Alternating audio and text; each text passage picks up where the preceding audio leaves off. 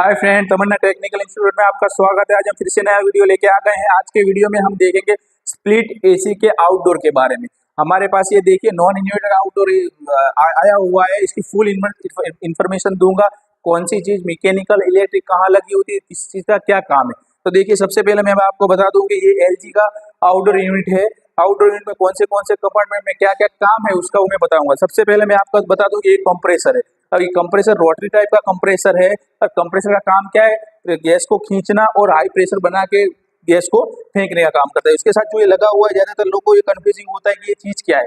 तो समझिए, ये चीज को बोलते हैं एक्यूमुलेटर। अब एक्यूमुलेटर का काम क्या है? जब भी इंडोर से हमारे गैस जो vapour low pressure low temperature वाला जो गैस आता है, उसमें क्या होता है, वेपर में कितने लिक्विड के पार्टिकल्स रह गए होते हैं, वो क्या करते हैं, सबसे पहले हमारे एक्यूमुलेटर में आते हैं। अगर समझिए कि डायरेक्ट जो गैस अंदर चला जाएगा, लिक्विड जो डायरेक्ट हमारे कंप्रेसर में जाएगा, तो क्या होगा, हमारा कंप्रेसर खराब हो सकता है। इसके लिए क्या करते हैं, एक्यूमुलेटर लगाया हुआ होता है। सबसे पहले जो इंडोर में से गैस जो आता है वो किसमें जाता है, ये एक्यूमुलेटर में जाता है। एक्यूमुलेटर में क्या होता है, वेपर का लिक्विड का वेपर में ट्रांसफर होता है। उसके बाद ही कंप्रेसर के अंदर सक्शन के लाइन द्वारा वो खींच के अंदर जाता है। ये देखिए, नीचे से आपको दिखा होगा, ऊपर से खींचता है और नीचे से क्या होता है, वो कंप्रेसर की लाइन के अंदर जाता है। उसके बाद में आपको बता दूं ये कंडेंसर के बारे में।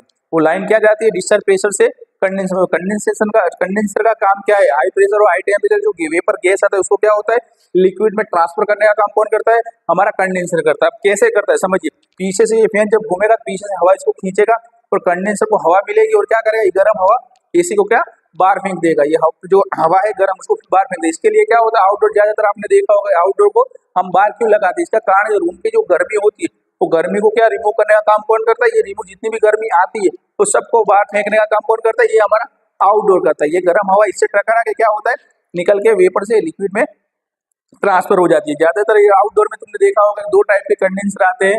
वो कंडेंसर एक होता है कॉपर का और एक होता है एल्यूमिनियम धातु का। लेकिन ये देखिए, इसमें क्या होता है, ये एलजी का था, एल्यूमिनियम का था, लेकिन लीकेज होने की वजह से हमने क्या इसको ट्रांसफर कर दिया, बदल दिया और उसको हमने क्या करता है, नया कॉपर का लगा दिया है। उसके बाद देखिए, जो कंडेंसर के बाद हमारे क्या आता है, वो हमारा आता है फिल्टर। देखिए, इसमें फिल्टर भी लगा हुआ है।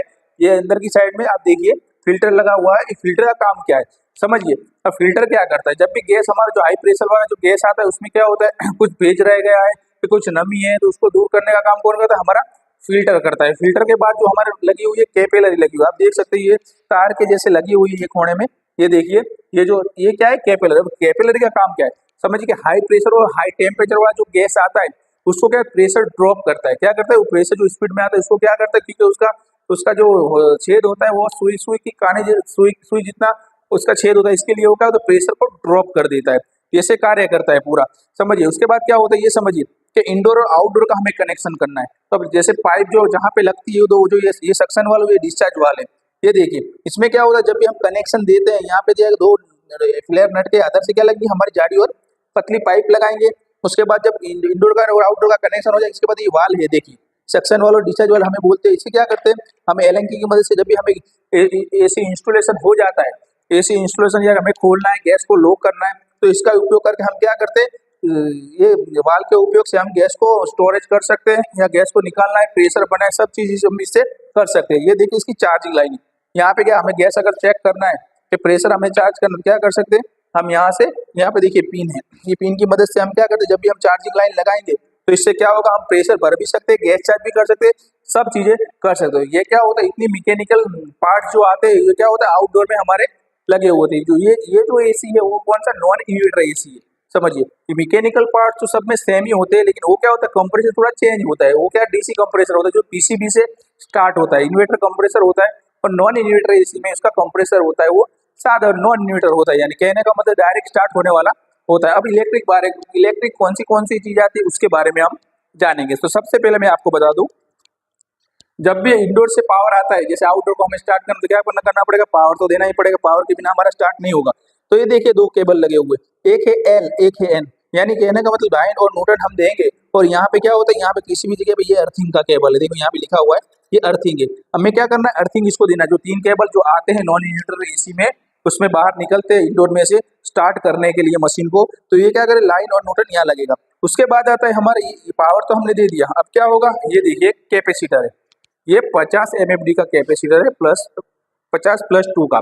अब कंबाइंड कैपेसिटर क्या होता है, समझिए कंबाइंड कैपेसिटर का मतलब ऐसा होता है, जब भी हम पावर देते हैं तो दो चीजें इसमें स्टार्ट होगी, एक होगी फैन मोटर, एक होगा कंप्रेसर। क्योंकि यहाँ पे 3 टर्मिनल दिए हुए, देखिए कैपेसिटर के ऊपर 1, 2 और 3 दिए हुए हैं। समझिए कि कैपेसिटर अगर मोटर का अलग दिया हुआ है और कंप्रेसर का अलग दिया हुआ है, तो इससे क्या होगा, दोनों चीज अलग स्टार्ट होगी। जैसे कि कभी प्रॉब्लम हुई तो क्या होगा, कंप्रेसर स्टार्ट नहीं होगी या मोटर स्टार्ट नहीं होगी। लेकिन अमुक बार क्या होता है, ये कैपेसिटर में भी ऐसा होता है, जैसे फैन मोटर हमारा घूम रहा है लेकिन कंप्रेसर स्टार्ट नहीं हो रहा है, ये इलेक्ट्रिक पार्ट से। और उसके बाद में आपको दो फैन मोटर, तो फैन मोटर का काम क्या है, फैन मोटर का काम हमारा जो कंडेंसर है, कंडेंसर में क्या होता है, जो गर्मी को बाहर फेंकने के लिए क्या करना पड़ेगा, हमें मोटर लगानी पड़ेगी।